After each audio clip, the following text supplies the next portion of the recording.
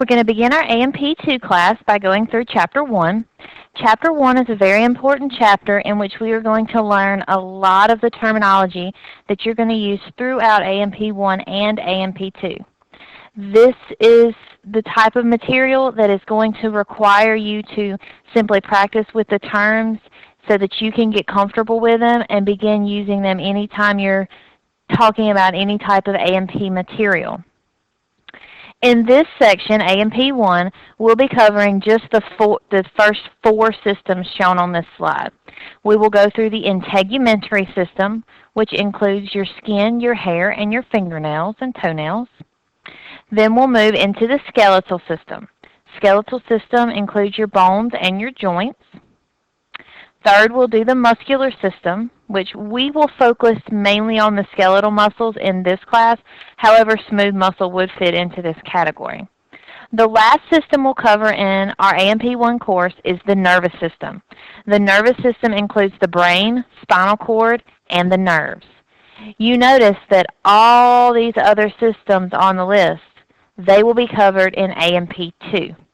This should give you some idea that since we're only covering four systems, some of these systems are going to be pretty complex, and it's going to take a little bit of time for us to go through them.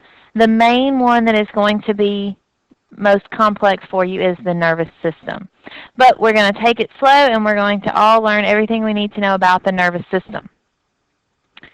The first term that's important for you to learn out of Chapter 1 is the term homeostasis. Homeostasis is the state that our body tries to maintain. Regardless of what happens outside of our body, there are certain things that our body likes to keep set at some specific point. We have lots of mechanisms that allow us to keep these items at the point our body likes them to be. To give you an example that you've all experienced with homeostasis, I can give you the example using body temperature. We all know that body temperature is 98.6 Fahrenheit or 37 degrees Celsius. This temperature has to be maintained for our body to accomplish all of its normal functions. If we get cold, that means our body temperature has started to lower. Our body's response to being cold is to shiver.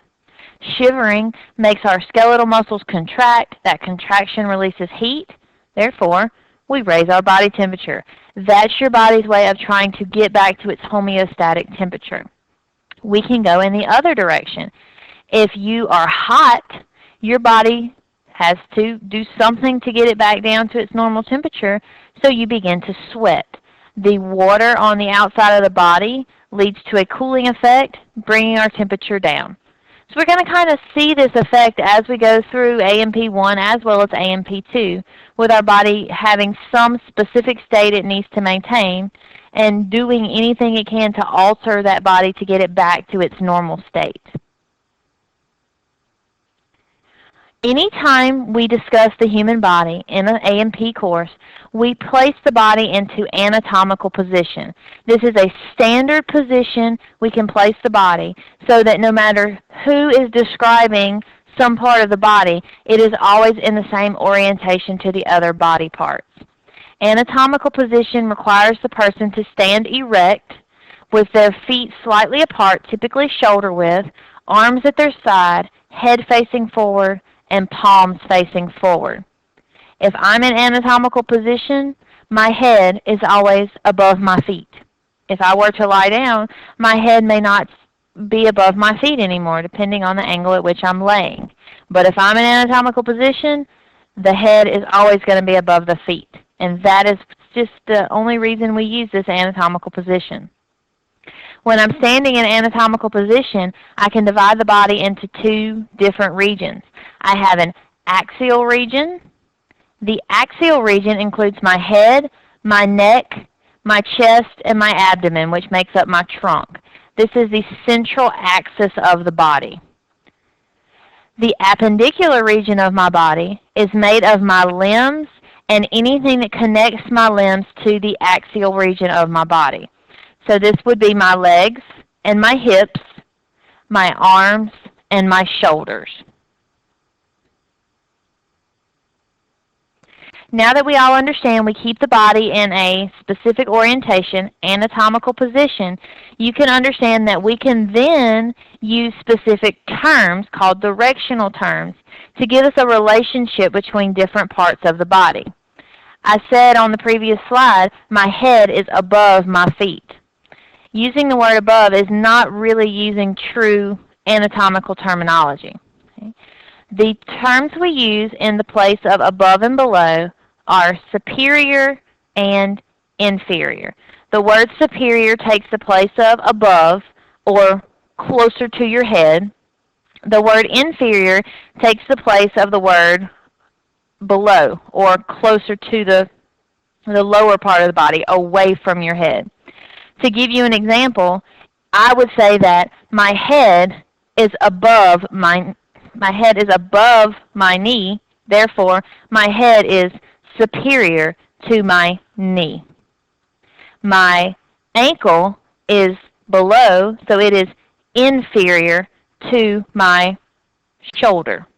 Okay? You can use those two words yourselves to kind of think about how you would use them to describe other parts of the body.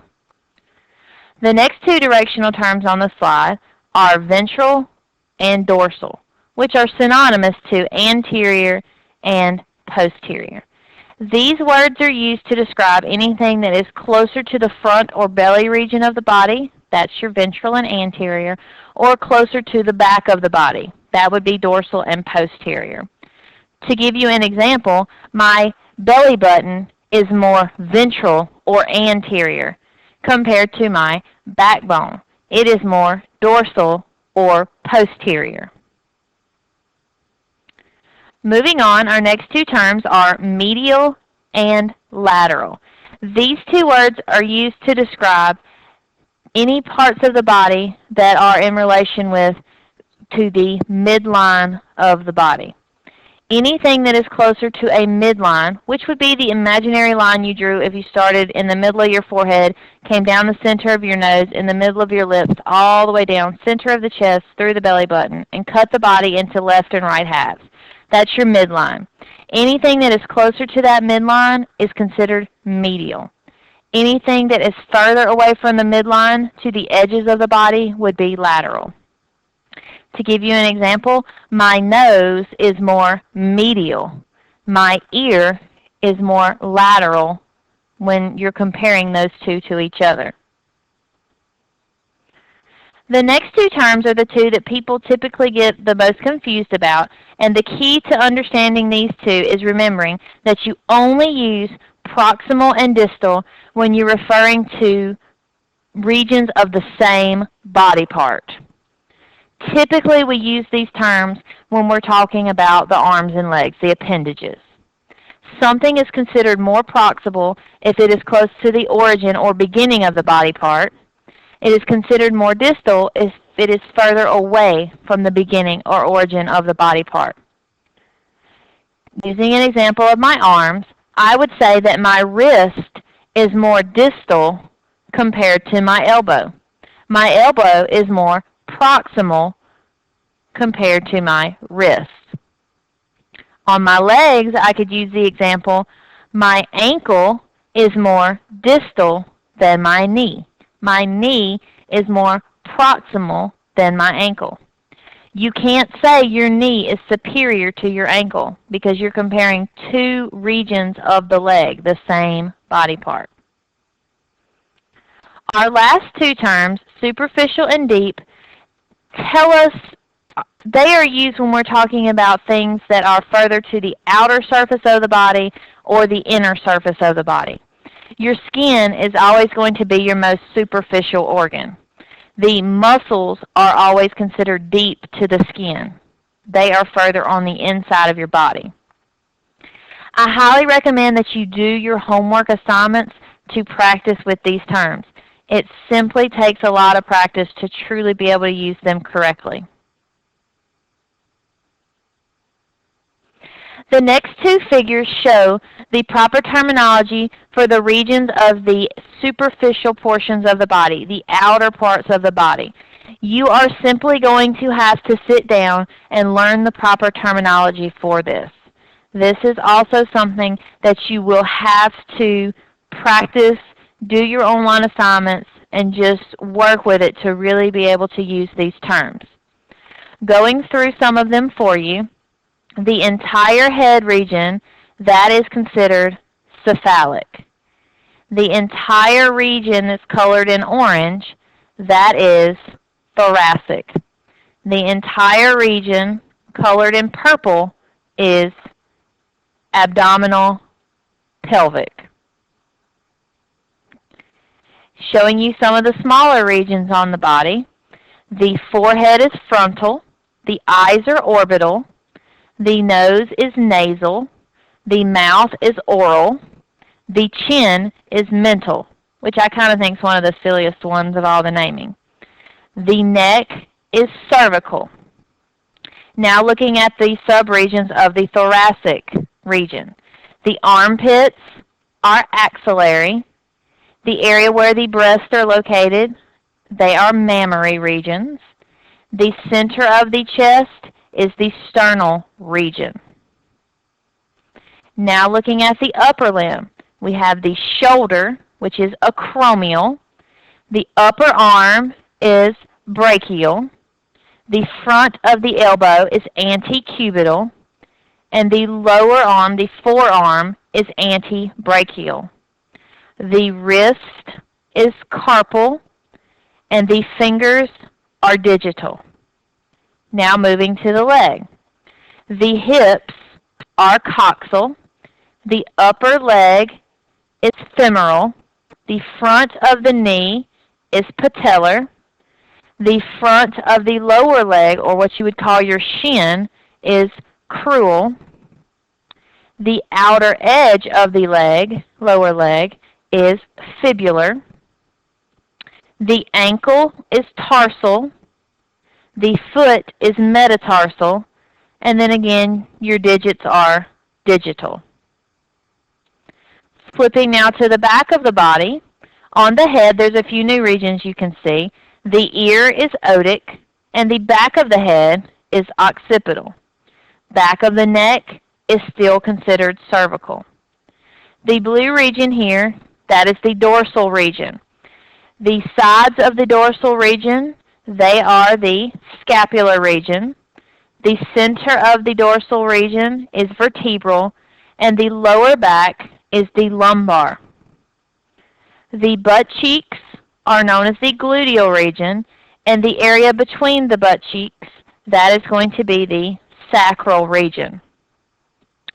The back of the arm is the same as the front of the arm, except the back of the elbow is the olecranal region. Remember, the front of the elbow was the antecubital region. The back of the legs is the same as the front, except the back of the knee is the popliteal region. The front of the knee was the patellar region.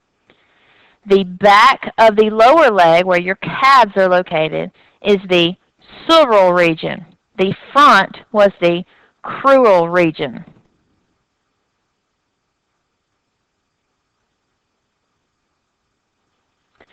In A&P, there are often times when we are required to cut the body into two pieces. When we make cuts into the body, we cut along common planes. The terminology is written on these two slides, but I'm going to flip to the picture to point these out. Looking at this drawing here, if we cut the body along this plane, using this piece of glass, we would cut the body into left and right halves. Any cut or any plane that divides the body into left and right halves is considered a sagittal plane. If it cuts the body into a mirror image left and right half, then it is considered mid-sagittal. If we cut the body along this plane, not straight, with this sheet of glass, we've cut the body into superior and inferior portions, top and bottom. This is the transverse plane. If we cut the body along this plane, we have cut the body into anterior and posterior, or ventral and dorsal regions, front and back. This is the frontal, sometimes known as the coronal plane.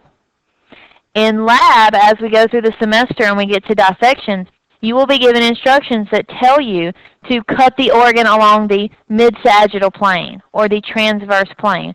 So you have to become familiar with what these words mean. Again, I'm going to flip to the picture. You guys have the words here if you would like to use them to study. What we've gone over so far are the proper terminology, proper names for the outside of the body. All of you already know there's stuff going on the inside of your body. There's lots of things in there. The name we use for a region that contains some sort of organ is a cavity. There's the dorsal body cavity. Since it's dorsal, that one's going to be on the back side of the body. And there's the ventral body cavity. The dorsal body cavity consists of the cranial cavity here, which all of you I'm sure can tell me houses the brain, and the ventral cavity running down here. This contains the spinal cord. Very heavily protected cavities. The ventral body cavity contains the thoracic cavity, which is the entire chest region, and the abdominopelvic cavity, which is the entire belly region. Within the thoracic cavity, we have the mediastinum, which is at the top, the pericardial, which is below or inferior to the mediastinum, and then we have two pleural cavities on the edges. The pleural cavities contain the lungs. The pericardial cavity contains the heart. If we move down to the abdominal cavity, this is going to be the location of most of your internal organs, such as your stomach, your intestines, your gallbladder, your spleen, all the organs you're going to learn about their function in A&P 1 and 2. The lower portion, the pelvic cavity, simply contains the bladder, the reproductive organs, and a portion of the digestive system known as the rectum. Since there are so many things within the abdominal cavity, we separate the abdominal cavity and the abdominal and pelvic cavities into what we call the abdominopelvic quadrants, shown here. You need to become familiar with the names of the different quadrants. That's what I'm highlighting now for you. Couple tips to help you. You start in the center near the belly button. That's your umbilical region. Above the umbilical region is the epigastric. Below the umbilical is the hypogastric. The sides have the same names. This is the model's left arm, so each of these have the name left. This is the model's right arm, so each of these have the word right. The top quadrant is hypochondriac, middle quadrant is lumbar, and lower quadrant is iliac, or sometimes called inguinal.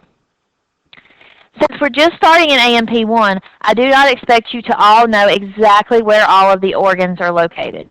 So you don't need to expect me to ask you questions on a test that are something like, which quadrant is the gallbladder located? I don't expect you to know specifically those regions yet.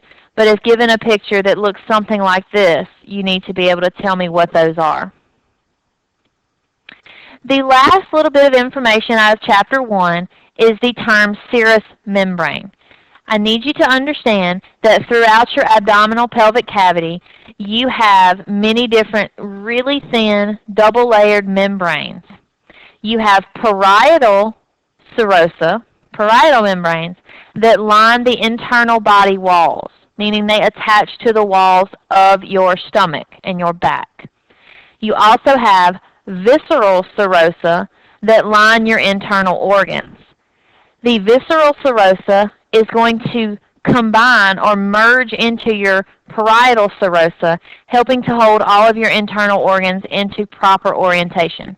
This allows you to jump up and down and not worry about your organs hitting the top or hitting the bottom of your body. Everything is held into a perfect orientation. I hope this lecture helped you become comfortable with some of the terms out of Chapter 1. Again, this is terminology you are going to have to practice with. Go ahead, get on Mastering A&P. Do your Chapter 1 homeworks. Please let me know if you have any questions or if you need more practice work with any of these terms.